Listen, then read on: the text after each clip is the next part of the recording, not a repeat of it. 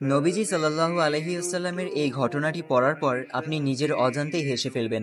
একদিন এক দরিদ্র মানুষ নবীজি সাল্লাল্লাহু আলাইহি ওয়াসাল্লামের জন্য একগুচ্ছ আঙুর উপহার আনলেন। নবীজি সাল্লাল্লাহু আলাইহি ওয়াসাল্লাম হাত বাড়িয়ে আঙুরের গুচ্ছটি নিলেন।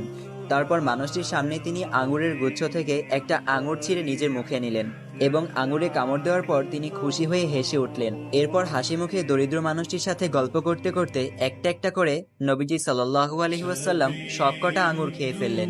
নবীজি সাল্লাল্লাহু আলাইহি ওয়াসাল্লাম সবগুলো আঙুর খেয়েছেন দেখে দরিদ্র মানুষটি অত্যন্ত আনন্দিত হলেন। তিনি ভাবেননি যে নবীজি সাল্লাল্লাহু আলাইহি ওয়াসাল্লাম তার আনা আঙুর সবগুলো খাবেন। দরিদ্র মানুষটি পরম আনন্দ নিয়ে একসময় সেখান থেকে বিদায় নিল।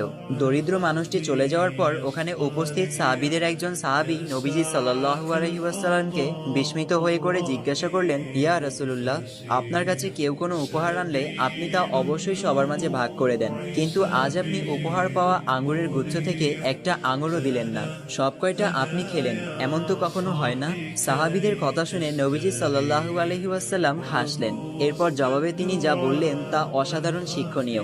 নবীজি সাল্লাল্লাহু আলাইহি ওয়াসাল্লাম ওখানে উপস্থিত সমস্ত সাহাবীদের উদ্দেশ্য করে বললেন, আঙুরগুলো তোমাদের না দিয়ে সবকটা আঙুর আমি এজন্যই খেয়েছি যে আঙুরগুলো খুবই টক ছিল। যদি তোমাদের দিতাম তবে আঙুর খেতে গিয়ে আচমকা টকের তীব্রতায় তোমরা মুখ বিকৃত করতে। এতে দরিদ্র মানুষটি বুঝে যেত যে তার আনা আঙুরগুলো ভালো হয়নি, এতে সে কষ্ট পেত। দরিদ্র মানুষটি তার পরিশ্রমের টাকা দিয়ে ওই আঙুরগুলো কিনেছিল আমাকে খুশি করার জন্য। সে তার সর্বোচ্চ সাধ্য দিয়ে আমাকে খুশি করতে চেয়েছিল। এর বিনিময়ে আমি কি করে তার মনে আঘাত দিই বলো? দরিদ্র ভাইটিকে আমি দুঃখ দিতে চাইনি। দরিদ্র মানুষটির প্রতি নবীজি সাল্লাল্লাহু আলাইহি ওয়াসাল্লামের এই আশ্চর্য সুন্দর ব্যবহার দেখে সাহাবীরা মুগ্ধ হয়ে নবীজির দিকে চেয়ে রইল। সুবহানাল্লাহ।